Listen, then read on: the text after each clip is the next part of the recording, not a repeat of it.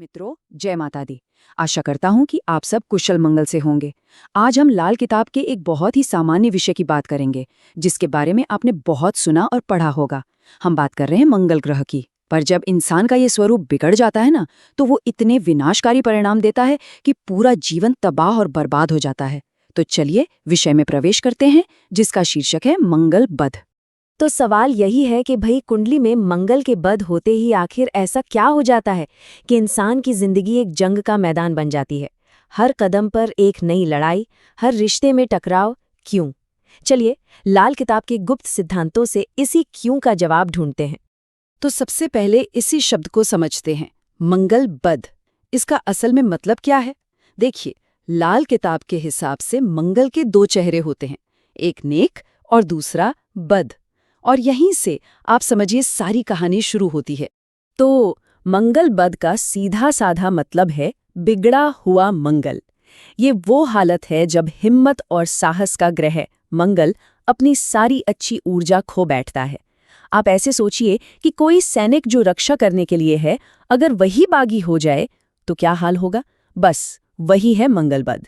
जरा इस पर एक नजर डालिए। फर्क एकदम साफ है। एक तरफ है मंगल नेक यानी पॉजिटिव एनर्जी, हिम्मत, अच्छे रिजल्ट्स, कुछ बनाने की ताकत, और दूसरी तरफ ठीक इसका उल्टा मंगल बध यानी नेगेटिव एनर्जी, सब कुछ तबाह करने वाली ताकत और सिर्फ खराब नतीजे। ये समझ लीजिए एक ही सिक्के के दो पहलू हैं। खेल बस ये है कि आपकी कुंडली में कौन सा पहलू ऊपर आता है। अब सवाल ये उठता है कि आखिर एक अच्छा भला ग्रह बद यानी खराब हो कैसे जाता है। ऐसी कौन सी ज्योतिष की स्थितियां हैं जो मंगल की नेक नियति को बिगाड़ देती हैं? लाल किताब इसके लिए कुछ खास ग्रहों के मेलजोल को जिम्मेदार मानती है। पहला और सबसे बड़ा कारण है सूर्य और शनि का टकराव। अब देखिए, सूर्य है राजा, आग का गोला, और शनि है सेवक, ठंडा और धीमा।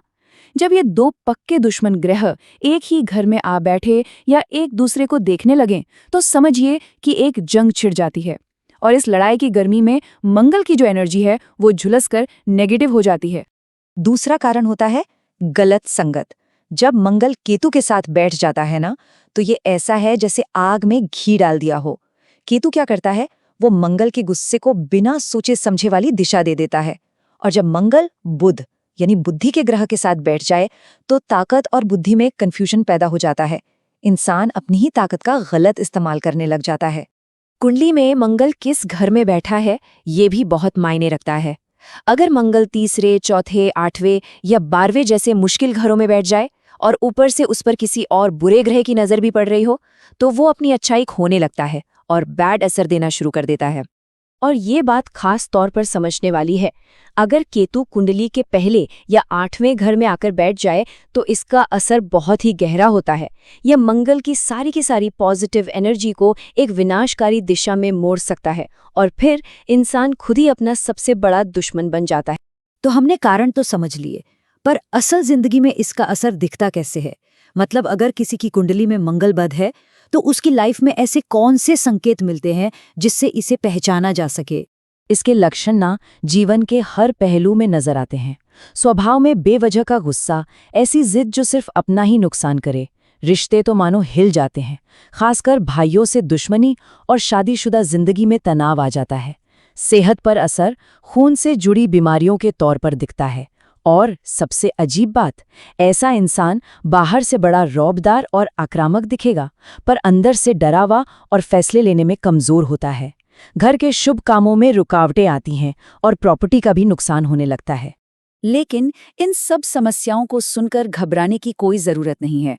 लाल किताब की सबसे बड़ी खूबी ही यही है कि वो जहां मुश्किलें बताती है, वहीं उनसे निकलने के बहुत सरल और असरदार रास्ते भी दिखाती है। तो चलिए अब उन उपायों की बात करते हैं जो मंगल बध की इस आग को शांत कर सकते हैं। उपाय बहुत ही सीधे साधे हैं। पहला, मीठी चीजों का इस्तेमाल बढ़ाइए। मंगल की गर्मी को मिठास से शांत किया जाता है।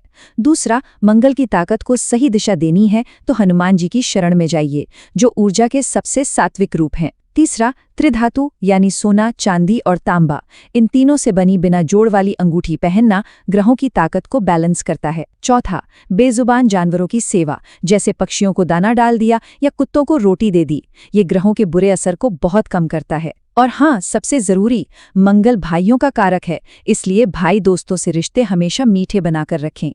उपायों के साथ साथ कुछ सावधानियां भी बरतनी बहुत जरूरी हैं। किचन में दूध उबलकर कभी आग पर न गिरे, क्योंकि दूध है चंद्रमा और आग है मंगल। इनका ये टकराव मंगल को और बिगाड़ता है। और दूसरी बात, घर में जंग लगा हुआ लोहा या किसी भी तरह का कबाड़ बिल्कुल न रखें, क्योंकि ये शनि और मंगल की नेगेटिव एनर्जी को घर में इकट्ठा करता है। तो इस पूरी बातचीत के बाद एक सवाल आखिर में मन में रह जाता है, क्या हमारे जीवन का सारा संघर्ष, हमारे रिश्ते, हमारी सेहत, ये सब कहीं न कहीं इन ग्रहों की ताकत के संतुलन और असंतुलन का ही खेल है? क्या इस ब्रह्मांड का संतुलन ही हमारे जीवन का संतुलन तय करता है? इस पर सोचिएगा जरूर।